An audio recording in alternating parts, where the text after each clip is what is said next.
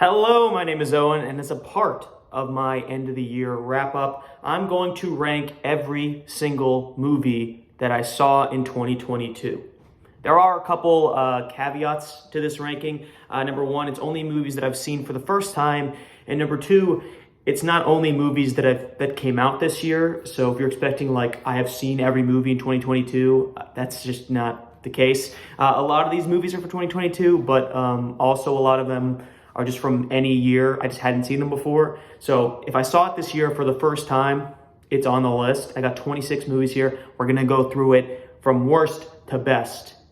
What's it gonna be? Let's jump straight into it. Number 26, we have Nightmare of the Wolf. It's the animated Witcher movie that came out at the end of last year. It's the worst movie I saw in 2022, mostly because it's one of those movies where as the scenes change, you forget it as it's playing. I cannot tell you a single plot point of this movie. I could not tell you the main character because it's not Henry Cavill's character in The Witcher, and I don't remember who it was. I think it might have been Vesemir, but I only know his name because I played the Witcher 3 video game. That's why it's number 26, because it's horribly forgettable. Moving straight onto it, we gotta go fast. We got a lot of movies here. Number 25, we have Fantastic Beasts 3, The Secrets of Dumbledore. I'm a huge Harry Potter fan. I have the wand I was granted by Ollivander himself in Universal Studios in Orlando. This movie, did like the writer just like, I don't understand it because it's just another filler, and that's the reason why I hate it, is because the last one was filler too. I really liked the first Fantastic Beasts movie, and the rest of them have just been utter garbage. This is like, who thought that in a wizarding world where anything is possible, let's do a movie about an election? It's horribly boring, horribly stupid. It's number 25. Horrible movie. And honestly, I'll probably see the next one just because I'm fueled 90% by spite. But other than that, horrible movie. Number 24, we have Do Revenge. It's a movie that came out on Netflix this year. Honestly, it had a great start. It's super stylized. The leads are super charismatic, and they had a fun dynamic. And like Sophie Turner's cameo in like the country club was hilarious. So like when I started this movie, I'm like, this is a lot of fun. I really like this. And then it like cliched itself. And then the part where the two main characters like start infighting and like the twist with them, that's when I hated this movie, because it was just horribly boring. And I could see every single scene that was going to happen from that point onward. And it just lost my interest entirely. And I'm going to be honest with you, I fell asleep when the twist happened, which is not, it's the opposite reaction of what you're looking for. I'm not going to spoil it in case you want to check it out. But I would say just watch the first 30 minutes and say, wow, I'm sure that was a great movie, because the beginning was so fun. But then I just like, if I fall asleep, like it's automatically like trashed here because I wasn't even tired. Anyway, moving on to number 3, we have Doctor Strange in the Multiverse of Madness. I did a review of this on my channel way back in the day. I'm going to be controversial here. I know a lot of people like this movie. It's my number 23. This is what killed Marvel for me. And that's a little dramatic because I've seen Marvel stuff afterwards, and I'll probably see like a couple other movies coming up. But I thought the plot, I didn't vibe with like the cheesiness, because it wasn't like scary to be a horror film, and it wasn't funny enough to be a cheesy horror film. It was just bad. I thought Benedict Cumberbatch as Doctor Strange was like so stupid and cringy, and like he wasn't charismatic in this movie, and that's a shame because the first Doctor Strange was my favorite MCU, probably my favorite MCU standalone for sure, and like my top 5 like Marvel movie. And I just don't know what happened. And I loved WandaVision, and then they just decided to ignore like her character and decided just like, oh, it'd be fun if she was like a villain no matter what. And like you could justify it, There are ways you could do it, but it just didn't work for me. And there was a moment, and why I call it the death of Marvel for me is because there was a moment in the theater, like when they do the big reveal of like the Illuminati, and everybody was cheering, and like that was a cool scene. Like I'm not gonna lie, like, it was cool to see like Mr. Fantastic and like Black Bolt and all them, but like the cheering in the theater was like so loud because everyone was so excited, and I just like I just became self-aware in that moment. I'm like, this is what we cheer for. Because the movie so far, I was hating it. That scene happens. I'm like, cool scene. Everyone's like screaming. I'm like, this is what we enjoy. I'm just a hater now. I'm just a cynical man. But I don't know. This movie was very disappointing to me. I can't think about it any longer. Moving on to number 22, Jurassic World Dominion. I am surprised that I like this movie more than Doctor Strange because this movie sucks. This movie's absolute trash. I liked the first Jurassic World. It was a little bit like basic, nowhere near as good as like the original Jurassic Park, but it was like, it was new. It was like, I don't know, it was updated. It was Disney World, but it's Jurassic World. It's Chris Pratt. He's an action guy. I thought the first one was fun. The second one I also enjoyed, even though people didn't like it very much. I remember watching it in theaters and walking away. It's like, oh, that was a solid film. And like how it ends, like the dinosaurs are released. It's actually Jurassic World. Like our world is Jurassic World. It's going to be crazy. And then for this film, they're bringing back the old cast. It's the hype is there. And then it's like, okay, we're gonna talk about locusts though. Oh, not dinosaurs? Right. And also the dinosaurs aren't in the real world except for like one scene, and they're actually just on another park, which we're gonna spend the majority of the film on. Right.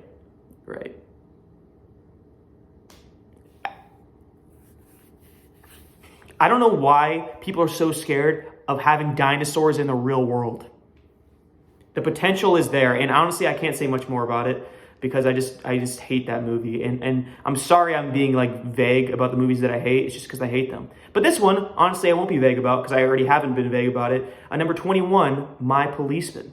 I did an in-depth video on this movie about why it could have been great, but I could have fixed it. I'm not going to repeat all my points, but basically, like, there was the premise of like a fantastic film in there, except it was just a little bit overlong, and like the cuts with the flash forwards just ruined the pace for me because I thought like the flashback scenes with like the younger actors was very engaging, and some of the scenes in like in the present day were engaging as well, or like the 90s, the present day. But it just was unfocused. They didn't know if they wanted the movie to be about Marion. They didn't know if they wanted it to be about like internalized homophobia. They didn't know if they wanted to be about like being caught in the middle of this like love triangle where like the person you love loves someone else, but they can't love them. Because both of those are super interesting, but they decided to like half-ass both of those plots, which just felt unfocused, and like cutting that with like scenes of like old people like being silent multiple times just didn't add to a compelling film. But it could have been. Check out my video. I gave some like more in-depth thoughts about that if you're interested, but it just didn't work for me. Number 20, See How They Run. This was a murder mystery that came out this year. Saoirse Ronan and Sam Rockwell as the leads. I was really excited for this movie because I love both of them so much, and they do a fantastic job, and Adrian Brody's in it. He does a fun job, but the plot just felt like uninspired. I was expecting them to do, because the cast looked like they were having a lot of fun, but like the fun did not translate into the story. And it was just like an uninspired murder mystery who I don't even remember like who did it. And I saw it like a month ago, which means that like it wasn't very compelling. Compared that to like Knives Out, which I loved, which I thought was very unique. And I'm so excited to see Glass Onion. Unfortunately, I'm making this video before it comes out on Netflix, but I know I'm gonna really like that movie. I've heard good reviews, but this one is just like it was just a nothing movie, and it's such a shame because the cast they put good performances, and I really like them too. It just didn't come together for me. Number 19, we have The Gray Man, another Netflix original. It's the Ryan Gosling action movie with Chris Evans as like the mustached villain, and honestly, it was just a boring Netflix action movie. Like the Russo brothers, like they have like compelling action scenes, but like with the context of it being like just your most basic action movie of all time, like those even weren't very interesting. Chris Evans was a standout. He was clearly having a lot of fun with like being like the literally like mustached villain, and he was having a lot of fun with it, and he was like unhinged, which was a lot of fun to watch. And also, I really liked the end fight scene between Chris Evans and Ryan Gosling. I thought that was like a great scene. But other than that, it's kind of a snoozer. But I would say like, if you like Chris Evans, you're a fan of Chris Evans, like it's a fun movie to watch. I'll say that. Moving to 18, we have Don't Worry, Darling. Another Harry Styles movie. I didn't see this movie in theaters. I saw it after My Policeman. I saw it about a month ago as well. And I was expecting the worst because I heard nothing but negative things about this movie. However, hot take, it's a little bit overhated. Florence Pugh, obviously great actress, holds up the film almost entirely on her own. And it's an interesting world and it's an interesting concept. And the twist is very engaging. Where this movie falls apart is the last act of how they, like, after the reveal is made, how they executed. They just turned it into like the most, like, there's so much potential with the idea of like her being trapped in this world, and it's about like male, like the male fantasy and stuff like that, but they decided to make it into a car chase. And there's literally a scene where like the doctor character, like she's driving away in the car, and then somehow he's in a car too, and he says like, "Somebody stop her," and then he crashes the car and he dies. That, like, I don't know why that stuck out to me as like the stupidest thing that ever happened, but like, it's like, why is he in the car, and then why does he immediately crash it and kill, like he dies? And it's just like, they could have done like, she enters the real world and like, she's like, realize like how like emaciated she is, like she's been in this bed for so long, and like, I don't know. I feel like they just like, they really botched the ending. They made it as uninteresting as possible, and they kind of like made it too neat with all like the women in the world like realized at once that they were being taken care of, or they already knew, but this is the moment they decided to act up. But it wasn't like, it just didn't make sense. It felt disjointed, especially like Gemma's character. What's her last name? It's like the wife of Chris Pine. Like it's Gemma. She was in Eternals, but like her character was like a nothing character. Like she barely had any lines. And at the end, she's like, "But I always wanted to kill you." It's like, did you? I didn't know that. Thanks for sharing. Anyway. It's like, I really was enjoying it until the end, is why it's like high up, but not really. It's kind of middle in the pack, number 18. Number 17, My Neighbor Totoro. It's a cute movie, but it's my least favorite Miyazaki film that I've seen so far. I haven't seen nearly all of them. I think I've only seen 4. It was just a little bit more, not boring, because I don't think Miyazaki's films are boring, because like it's mostly about like the deeper message and like the visuals that would really get you. But I just think, because I came right off, like this is the film I saw after I saw Spirited Away, which is a fantastic movie, which I absolutely loved. But I saw Totoro at the beginning of this year, and I think I was just mostly disappointed with it not holding up to Spirited Away, which I think is an unfair comparison. But I just didn't feel it was that memorable compared to Spirited Away and Ponyo. I really liked as well. I think that's all I've seen. There might have been one more that I saw, but Howl's Moving Castle, which I also really liked.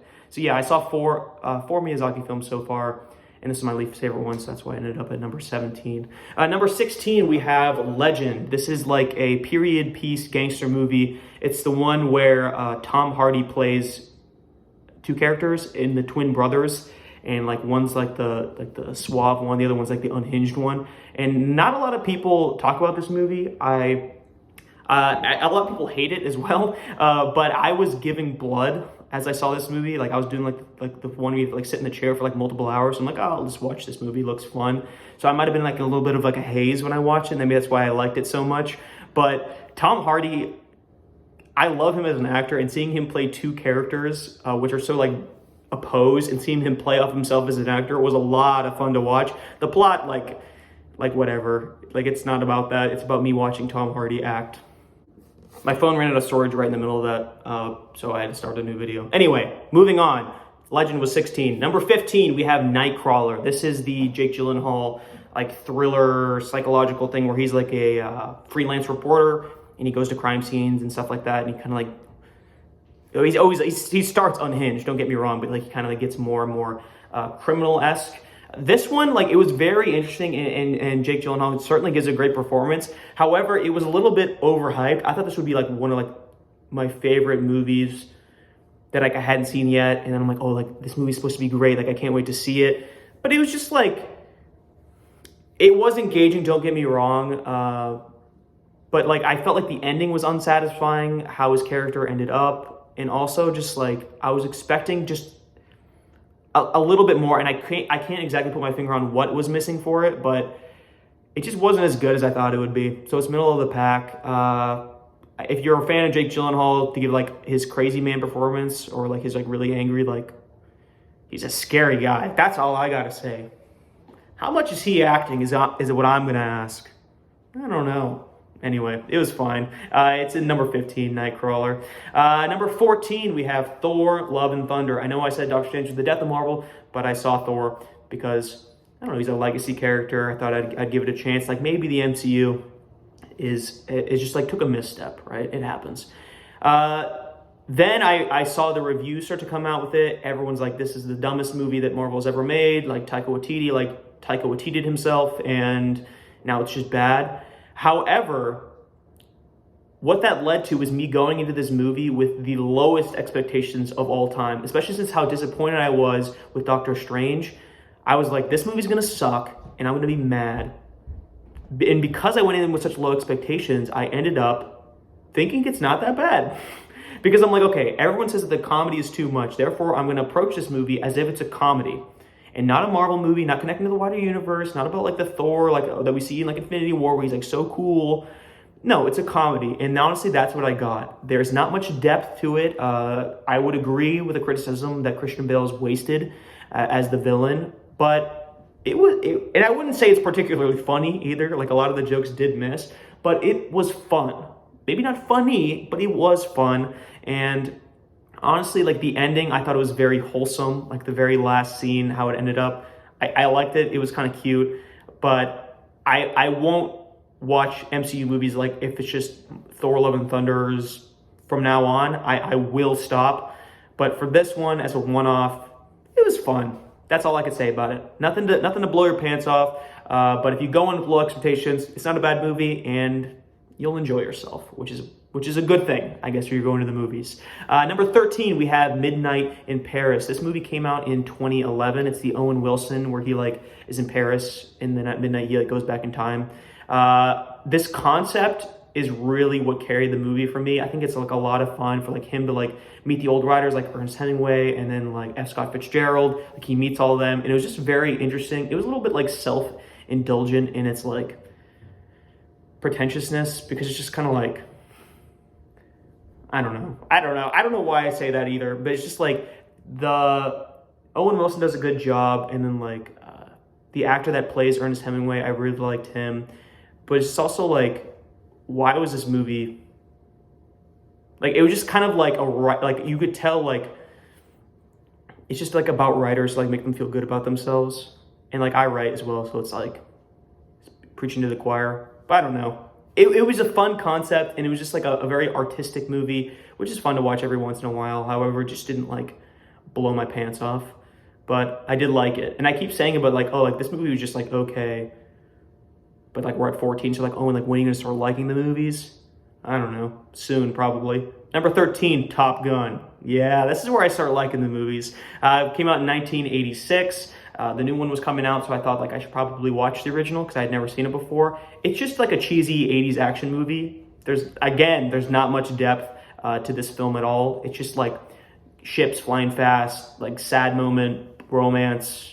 It's 80s. It's 80s all the way. And it's a lot of fun, and I really enjoyed it. I watched it with my parents who grew up with Top Gun. They love Top Gun. So it was fun to watch with them because they were like super into it, which I don't really watch a lot of old movies like with both of my parents, that they were like, this is a great movie. And it's like not like a stereotypically great movie. Like it's not like The Godfather. Like it's just like, it's Top Gun. And it was a lot of fun, and I did enjoy it. So that's my number 12. Number 11, we have Little Women. This is the 2019 version. Obviously, like I don't need to say it because everybody knows it. It's a stellar cast. Everybody does a fantastic job. When you have a cast where Emma Watson is your weakest actor, you know your cast is amazing. Because like if she's the weakest, the bar is like up here because I think she does a great job. But Saoirse Ronan obviously carries. Florence Pugh makes like an unlikable character, like not relatable, but like you sympathize with her. I would say this movie is only hindered by its source material. Not to like hate on the classic Little Women, but you could tell that the adaptation, the writers of this adaptation had to play with the source material to make it a little bit more, not modern, but a little bit more engaging. And that's why I think like Florence Pugh did such a great job, because I think her character is kind of like unlikable because of just how like the story plays out, but Florence Pugh like makes it work. And also like the ending, they kind of do like a tongue-in-cheek with that she gets with the guy. It's like, oh well, in the book, like she has to get with the guy. So it's kind of like we're like referencing the book's ending, and it's kind of like, oh, like well, the whole movie's about her being independent. Why does she get with the guy? It's like, well, in the book she has to get with the guy. But they say that in the movie, so it's kind of like so many layers in a way to like justify it, so it just doesn't feel like it's a disservice to the character, which I think it works. But it was definitely hindered by the fact that like that's how the book went, I would say. So it's like having to stay loyal to it while also like referencing why it contradicts itself. That's the only reason why it's at 11 and not higher up, because I really did enjoy this movie.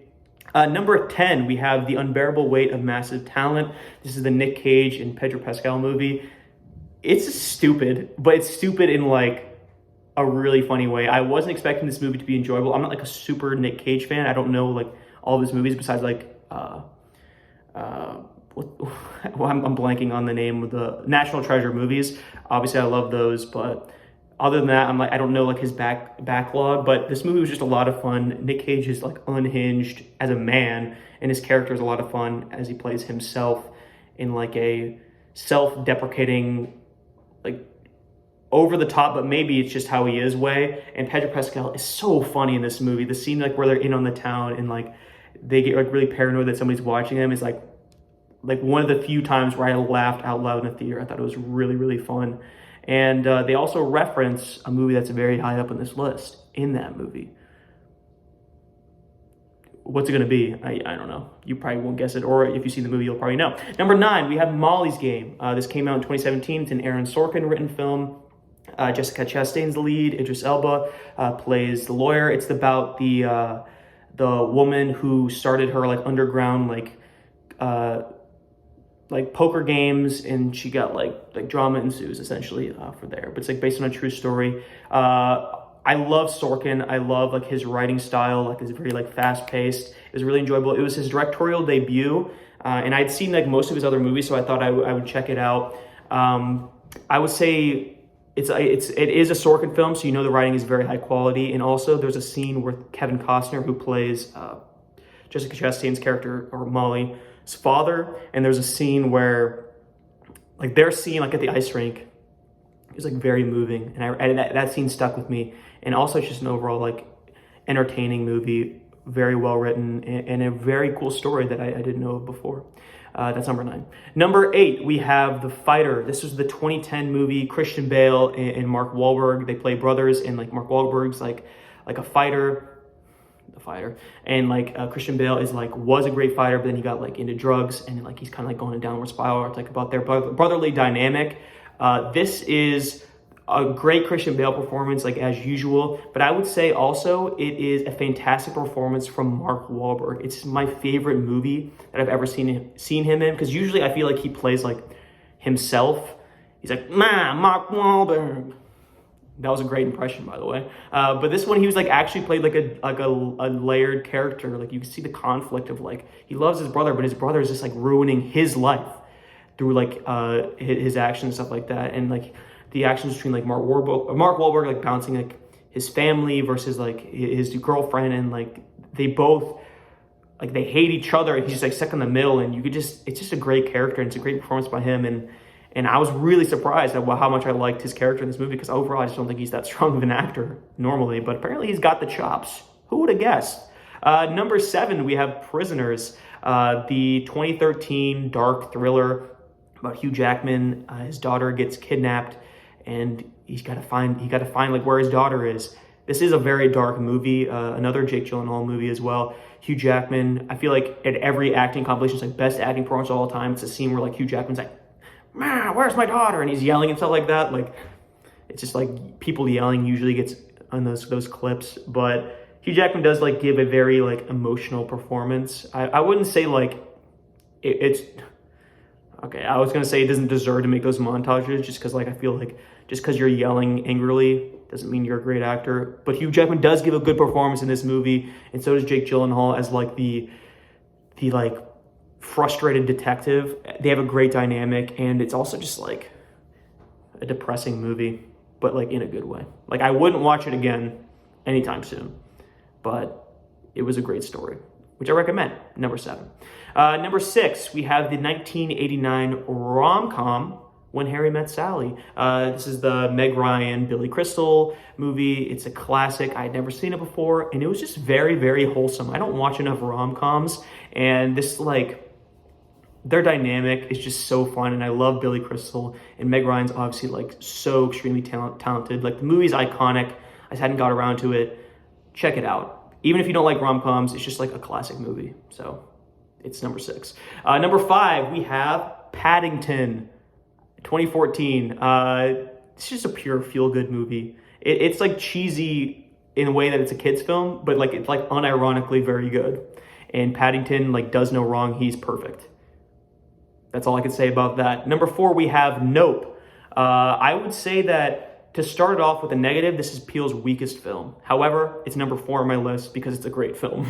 I would say this movie is carried not so much by the concept. I feel like that's where like his movie struggles compared to his other ones, but like the leads' performances, like Keke Palmer and Daniel Kaluuya, it's the most compelling. I don't know if it's the most compelling leads, but like their dynamic was a lot of fun to watch. Like Keke Palmer's super charismatic.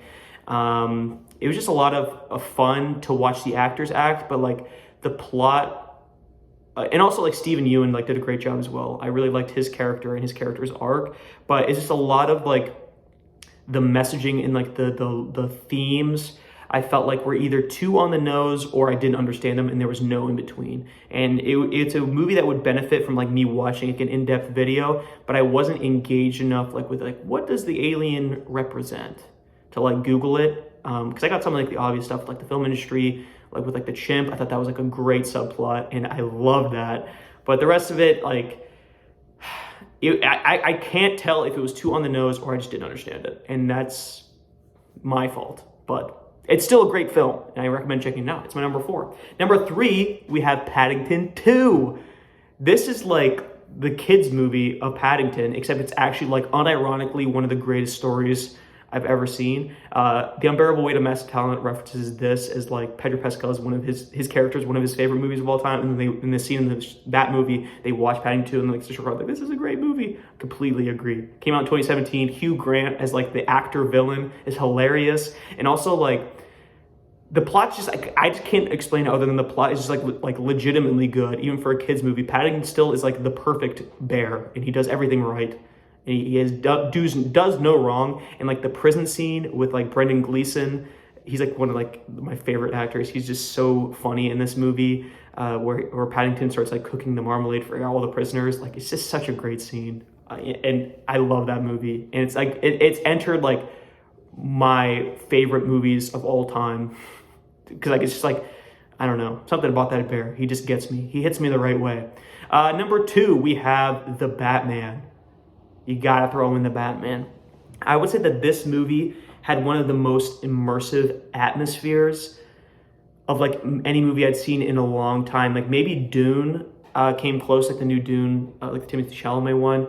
But like this one, like it's a very long movie, and I saw it twice, and definitely the second time I felt its length, but the first time I'm like, I could stay in this world forever because just like the atmosphere that was created, the tone, it all worked perfectly well. I think Robert Pattinson did a great job as Batman. It was just like a compelling, like dark, engaging story, and just like coupling with the fact of like Colin Farrell's Penguin and just like the Riddler, it just felt right. And I just felt immersed in this Gotham City that they created because it felt grounded, but also in like it's still another world. But it was good, and I can't wait for the sequel to come out whenever that's supposed to come out. Number 1, we have Top Gun Maverick. Hell yeah, it's Top Gun Maverick. I saw this movie 3 times in theaters, which is something I rarely do. Like, it's rare for me to get a twofer. I got a 3-fer. In fact, it's what I wanted to do on my birthday, is I wanted to see Top Gun Maverick for the 3rd time in IMAX. It was so, it's just like, it's everything Top Gun is, the original, except it's like less cheesy and more like the best film I've ever seen. I do say that ironically because I don't think it's the best film I've ever seen, but it was definitely one of the best movies. I just had it's the perfect balance between like emotional and just like fun action, but just like the references. I'm so glad I watched the original Top Gun first, because like it references it and like has like the, I feel like the romance subplot of Top Gun Maverick, it's a little bit out of place, but because I know that that's what the first Top Gun was, it's like the cheesy like romance 80s, it's like a reference to that, so it makes it good, it makes it perfect for the fitting of the film. And like the 3rd act, I was not expecting that at all. Like they do the run, and I'm like, this is the movie, this is the climax. I'm like, that's not the climax, there's more. Miles Teller obviously kills it, Tom Cruise kills it. It was just like, it's just a movie I could watch 1,000 times because it just never gets old. It is an action movie classic, and I was so glad I saw it the year it came out, and I saw it so many times in theaters, and I hear it's coming back, so maybe I'll see it again in theaters, who knows? But it was my favorite movie. But I want to know what you guys saw this year. It doesn't have to be a movie that came out this year, because my list wasn't. I want to know like what movies you guys recommend, because I'm horrible at watching movies, and I miss so many of them. I referenced The Godfather earlier, haven't seen it, and I'm probably not going to. Sorry, I know it's a great film, but it's like I'd rather do something else. But sorry about that. You know what? If you want to recommend The Godfather, maybe I'll watch it then. But I just feel like too many people recommend it, and too many people know that it's good, that I don't feel like I need to join in on the discussion of it. Anyway, I want to hear your recommendations. What movies did you love? In general, movies you've seen this year. Let me know, and be sure to subscribe, like the video. It helps a lot. Final stretch of 2022. Oh, it's going to be a great year next year. I can feel it in my bones. In my bones! See you later, guys.